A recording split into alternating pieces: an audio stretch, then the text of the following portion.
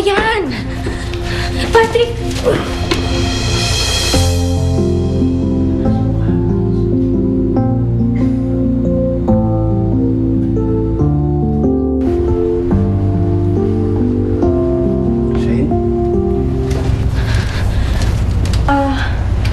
Donnie, yung kaibigan mo, lasing na kasi siya.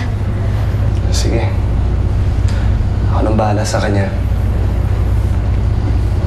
May aayusin lang ako dun. Sige.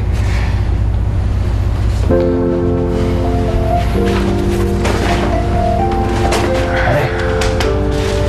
Okay ka lang ba? Madami ata yung inom mo eh. Uy, timplahan kitang kape para may masmasang ka.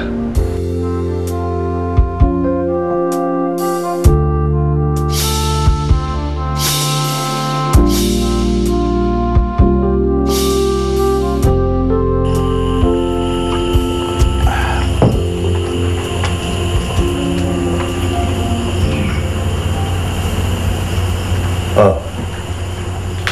Ba't ngayon ka lang? Ba't di ka pumasok sa club? Kasi galing po ako sa bahay ng kaibigan ko po.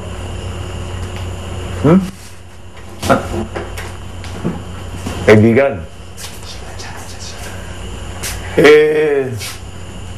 Sinong kaibigan yan? Lalaki ba yan? Baka naman kung ano-anong kalokohan ang ginagawa niyo dun sa bahay ng kaibigan mo. Hindi ho, tay.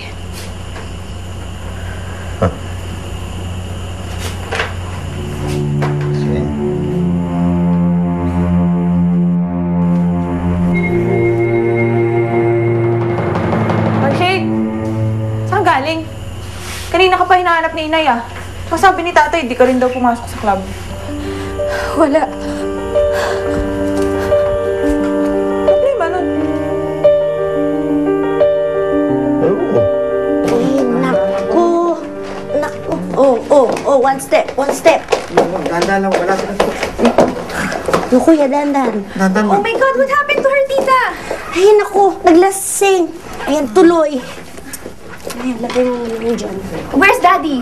Kanina ko pa tinatawagan. Out of reach. Halika nga, tulungan mo muna ako dito. Ang saya-saya namin noon, Johnny. Ang saya-saya namin nakasama ang anak ko. Paano umabot sa amin ng ganito si Fred? Bakit kami umabot sa inyo? Tita, what did you say? Wala lang yun. Ako na bahala dito. Sige na.